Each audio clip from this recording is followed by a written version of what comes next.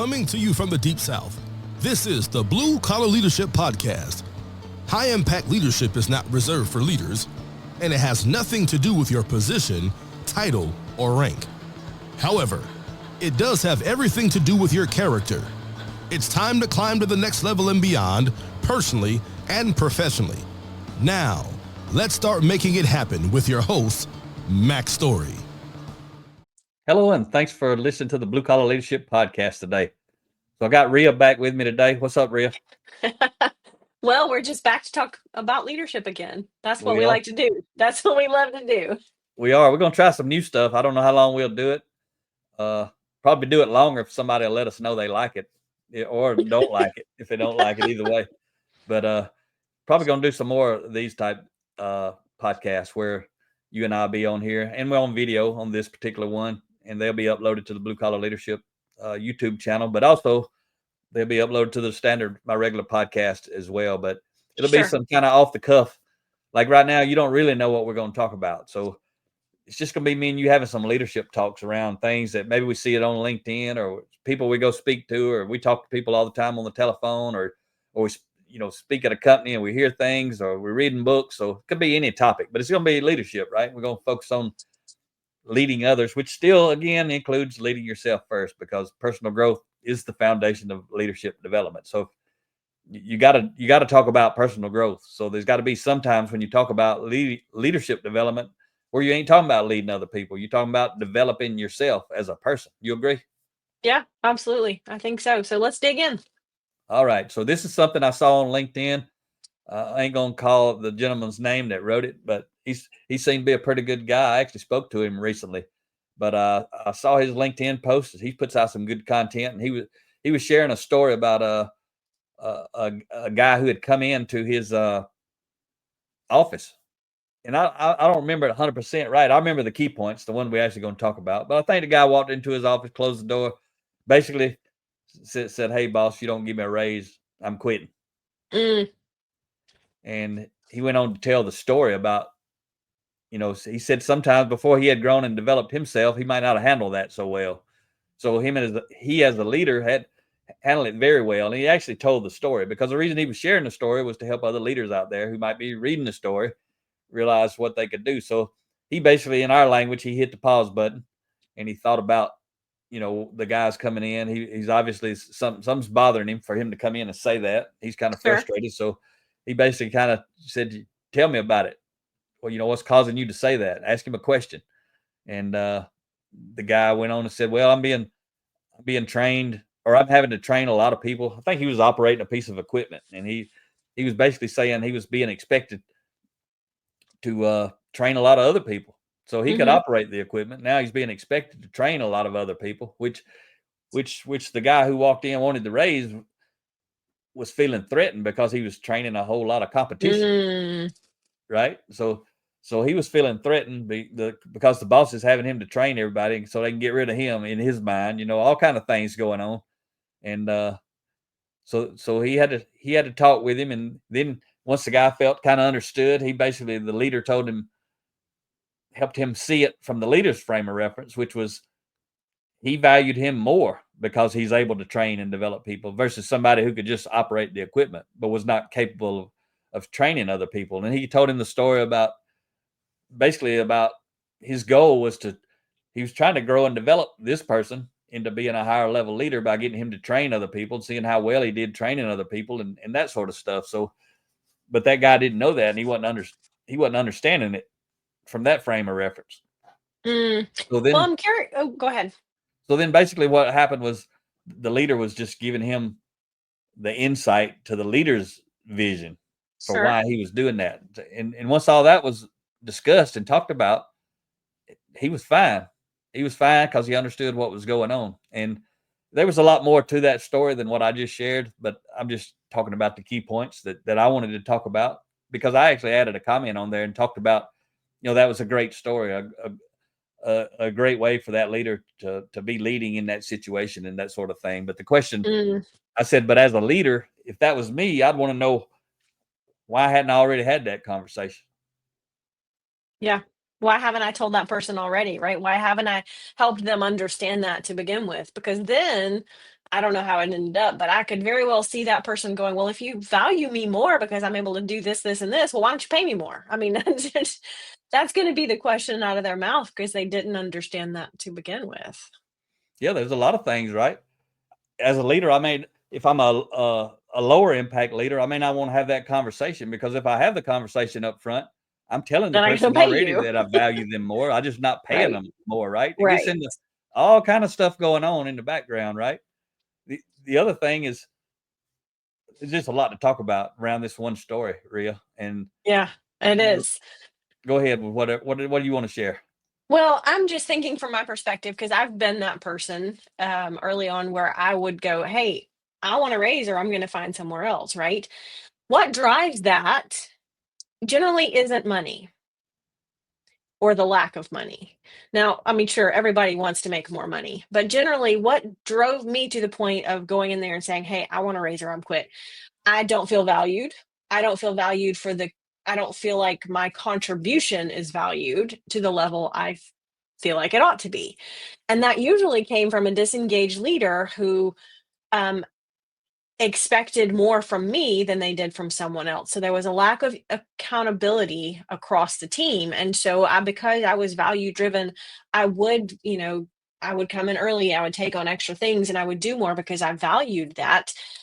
But then I would see a coworker who would sleep on the job. And so I felt like there was not, there wasn't an accountability across the board. Right. And so then I began to feel like, well, I'm not being valued or appreciated or recognized for what I'm doing and for going above and beyond, right? So that's a leadership malpractice, right? If your team members are having to question, do you value their contribution? That's a red flag that you're missing something as a leader. Yep.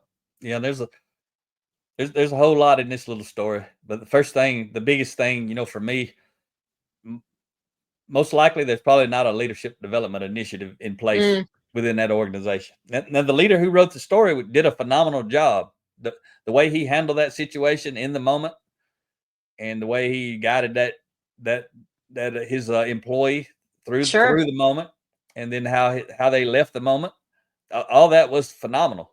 But again, that moment really shouldn't have happened. That moment, the way it happened and the reason it happened, should never have had to happen. Right? That's Yep.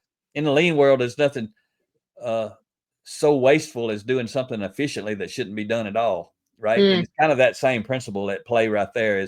Is that the relational aspect of that conversation was handled very well, but the whole thing in itself was very inefficient. The guy wasn't working. He was in the boss's office. The boss wasn't doing whatever he needed to be doing because he's having to talk with the guy who's in his office. And before the guy come in there, he's already been frustrated for a while. So there's been a loss of productivity and all that He's sort probably of been stuff. talking to other people too. Probably talking to other people, probably bad mouthing outside of the company, bad mouthing the boss because he's telling himself a story. And based on the story I read, the story he was telling himself was not the truth. Some of it was. Sure. Some of it was maybe he felt like he was being valued. I mean, he's training people. He's supposed to be operating a piece of equipment. That's one setup. That's one pay. But then training 4 or 5 people, then that says you got a higher level of worth and value and ability and all that sort of stuff. So there's still a lot going on. I ain't saying the guy's got to get a raise, but I'm saying if the leader would have had that conversation on the front end, that guy wouldn't have been in his office. He'd been 100% clear on the mission. He still may have felt undervalued and not being paid enough, but he wouldn't be thinking he's about to lose his job because he's training a bunch of his competitors. Sure. Like one piece would maybe have been fixed. Yeah. Or the leader could have said, once you demonstrate your ability to build relationships with these folks, to train them, to help them be effective, then we want to move you up. And that's when the raise is going to come. So you got to, and I don't mind that part either, because you got to prove your worth before you ought to get paid. I raised my hand a lot of times and did the next job without getting any pay. But once I proved I could do the next job, I always got to pay. So that's the personal leadership side, right? Yeah, for sure. I got to lead myself well. If you don't pay me, I'm going to fire you and go find me another boss. But while I'm there, I'm going to do a phenomenal job. Yeah.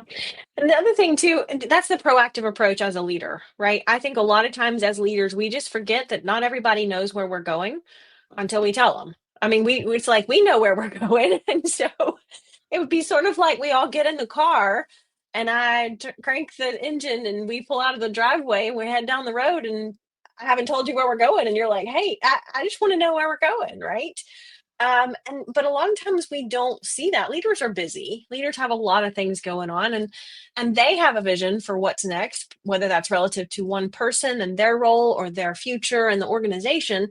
But if we're not communicating that very well, people are just left wondering. And I forget who is it that said nature abhors a vacuum. So does leadership, right? In the lack of leadership and the lack of communication, people are going to tell themselves a story because they're going to have one or two pieces of information, not the complete picture. But our brain naturally goes to filling in the blanks. It is just how we're wired as people. And so as leaders, we have to be proactive in saying, I need to do a better job of communicating. Where do I see you? How do I see you contributing? How do I see you rising through the organization in terms of responsibility and rewards, right? And that's not always financial, but certainly that's going to be a piece of the conversation for a lot of people. Yep. In the example that I shared, that leader wasn't literally the business owner, but it could have been. Mm-hmm. But because he wasn't, and I don't know the situation behind that, but I know there's leaders at all different levels. Some leaders can authorize a pay increase, some can't. Even you may be on my team, but I can't give you a raise without approval from up above, right? Sure. And sometimes not at all in some organizations. That's right. Yeah, it's got to come from up above. It don't even come from me. I'm just out there to manage instead of lead, right? Mm-hmm. So the other thing, thinking about that situation for those of you that are leading out there is, when that happens, when that's over, I got to do self-reflection and say, what role did I play in this thing that just happened? Because as a leader, I got to know I just wasted my time and wasted that person's time. But then somebody else may say, well, but it was a good thing. It was handled well. But remember, it didn't have to be handled at all. That was all a waste of time. It should have been handled before then. But see, leadership's so dynamic and complex because the leader that shared that story did a phenomenal job in the moment. Sure. But from a higher level of leadership, what I saw when I read that, it didn't have to happen. What's that? It didn't have to happen. It didn't have to happen, but also because of the way it happened, and because it didn't have to happen if I had been leading on the front end, because really what was happening, and again, you could frame things a million ways. We're doing it right here with this one little story. We're framing all different kind of ways that somebody could see something, and they could all be true, they could all not be true. But we're talking about principles of leadership. They're all true, the way that we're explaining it. So what I was seeing was a leader who was using leadership to manage. Because this same person, if they had been using high impact leadership to lead, they would have already had the conversation. But they've learned a lot. They've grown a lot. I said, I talked to this person. I know where they come from. They've been growing and transforming themselves as a leader. Because like even in the story, he said, in the past, I wouldn't have dealt with that situation good when somebody walks in, closes the door and says, give me a raise or I'm quitting. In the old way, they probably would have got to quit, or they'd have got fired or something like that. So this person, it's always a continuum of growth. I'm just saying from a higher level leadership standpoint, I kind of saw using leadership techniques, principles very well to manage the process, but true leadership at a higher level was not happening yet. But they're on the way to that. He salvaged the moment. But another way to see this situation, how many, because it's good, the guy who come in and says, hey boss, I want to raise or I'm quitting, that takes courage. It does. He probably was telling the truth. It's probably why he had enough courage to come do it, because if he didn't get a raise, he probably was going to quit, and he done decided what I have to lose. But yeah, he's afraid he was going to get fired. He'd rather quit than be fired. That's where he was at, right? And like you and I talked about earlier, he probably didn't get there in 5 minutes. It might have been 5 days or 5 weeks that it took him to show up. Might have been 5 months. It could have been. Some people stay frustrated a long time.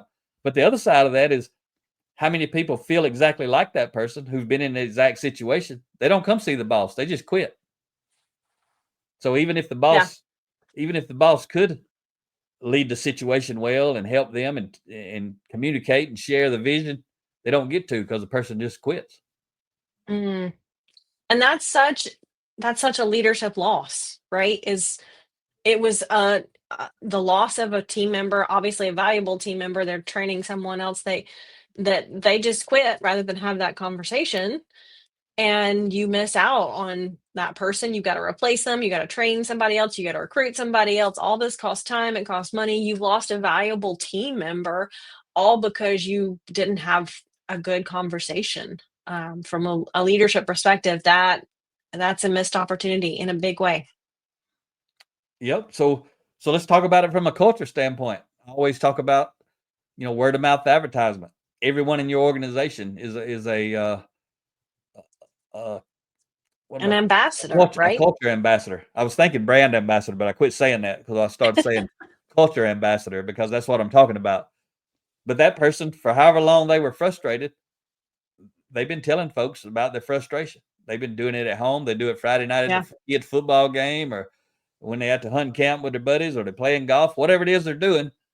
When somebody starts They're talking talking. about work, if a person's frustrated at work, unless they're a value-driven person, which a lot of people are not, if they're frustrated at work, they ain't value-driven enough because they're working somewhere that they're frustrated, or they're not having a conversation like this person had.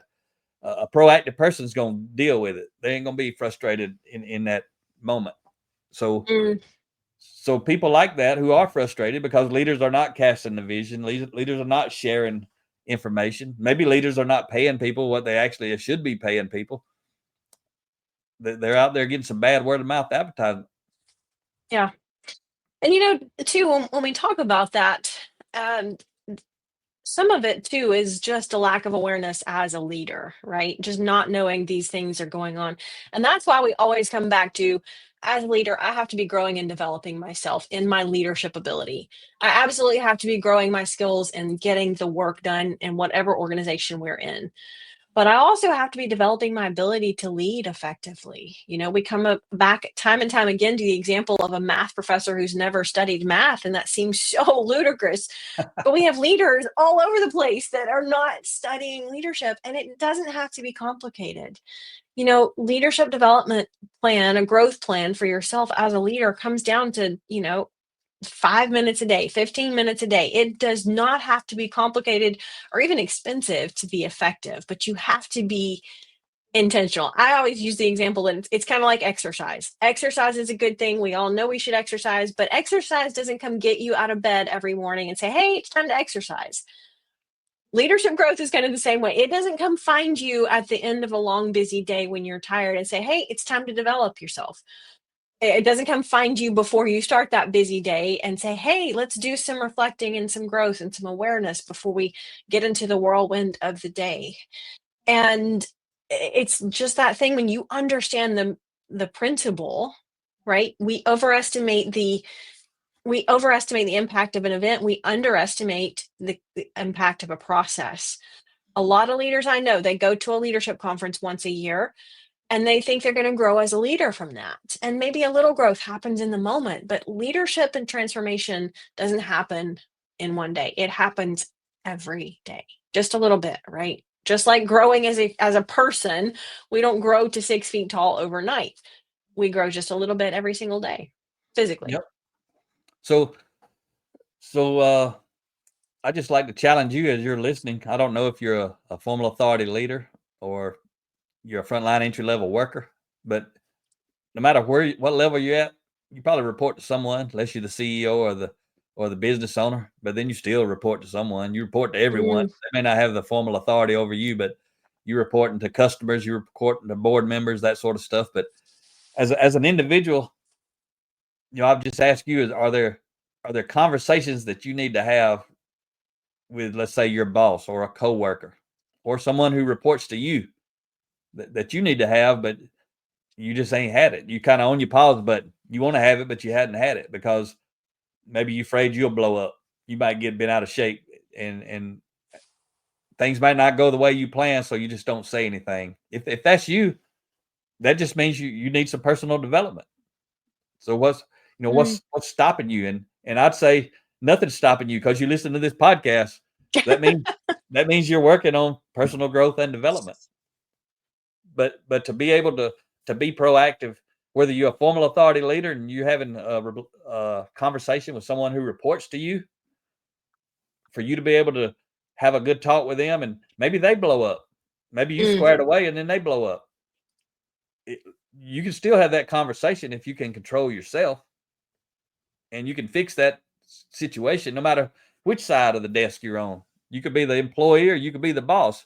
Whoever's got the most proactive muscles built up in their mind, they're going to be able to be the leader in the situation. And if you got a leadership development program initiative going on in the organization, what you're trying to do is trying to get everybody to be that way.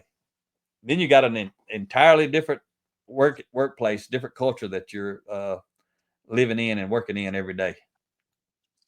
Yeah. And, the other thing that gives you is just the acknowledgement. When you put a formal leadership development program in place, whatever that looks like, so many ways to do it. But what that does is it gives you the acknowledgement that just says, hey, I know, like Michael Josephson said, we don't have to be sick to get better, right? It gives that acknowledgement emotionally that says, hey, there's nothing wrong with you, but we don't have to get better. And I know there's nothing wrong with me, but I don't have to be sick to get better.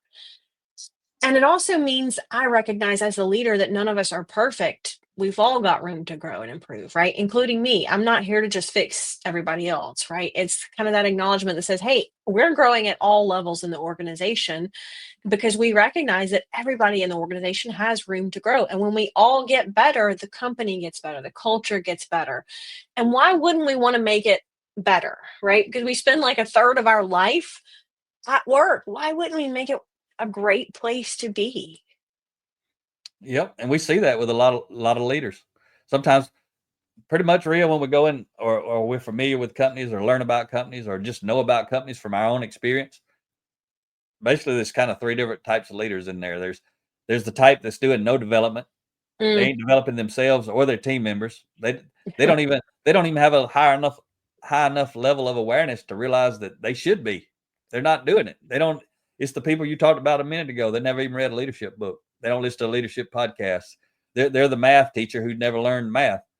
They're living off of their formal authority and the power and control and all of that comes with their position and their title. And so that's one type of leader. Then there's another type who's working on themselves. They get it. They're focused on their career. They're growing and developing themselves. They're reading books. They're learning. They're going to conferences. They're doing podcasts or listening to podcasts, but they're not developing their team members.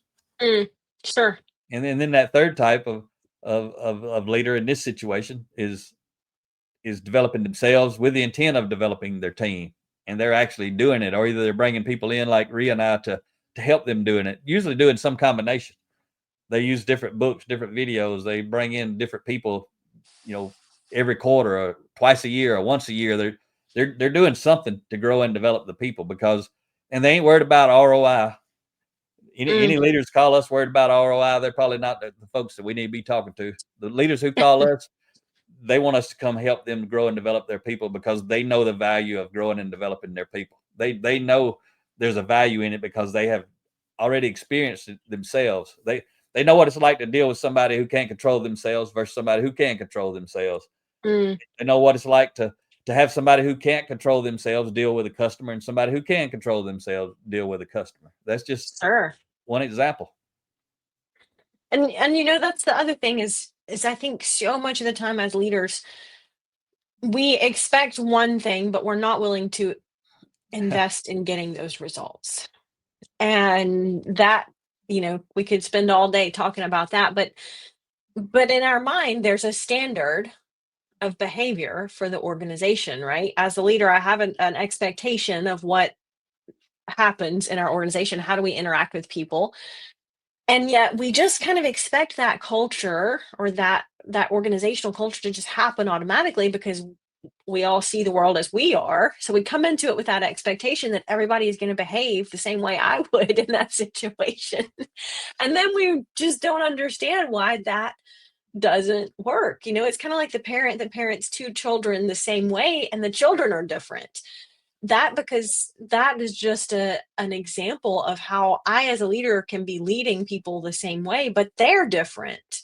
And so I'm going to get different outcomes. And so I have to be growth and intentional about growth and development myself again, but also everybody else, so that we can get everyone on the same page about what does culture look like here, right? What does character look like here? What do I expect as the leader? Because if I just expect everybody to know which way the boat is paddling and people don't know, they're going to be paddling different directions. The boat's not going to go anywhere. And when we think about that, you talk about shifting values, right? It's so much easier as the leader to find those people who have the shared values already and get those people on board, teach them the competencies, but looking for those character values that are most important, that are the qualities that you want in team members. Because it's much, much more difficult to get somebody to change or shift those values. Yep. So I'm gonna go back to the guy coming in the office saying, "Hey, boss, you don't give me a raise, I'm quitting." So I would never teach anybody to do that. Anybody who's reading my book, Blue Collar Leadership, Leading from the Front Lines, I got a chapter in there about don't ask for a raise. So that person who come in, I ain't talking about the boss now. I'm talking about the worker who come in, right? Because we got like a holistic approach, right? If people were going through our content, training and developing themselves, or having us come in and speak, or doing book studies, or going through our online video courses, and they're learning this stuff, everybody's learning it, 360 degrees of influence, and learning how to build trust.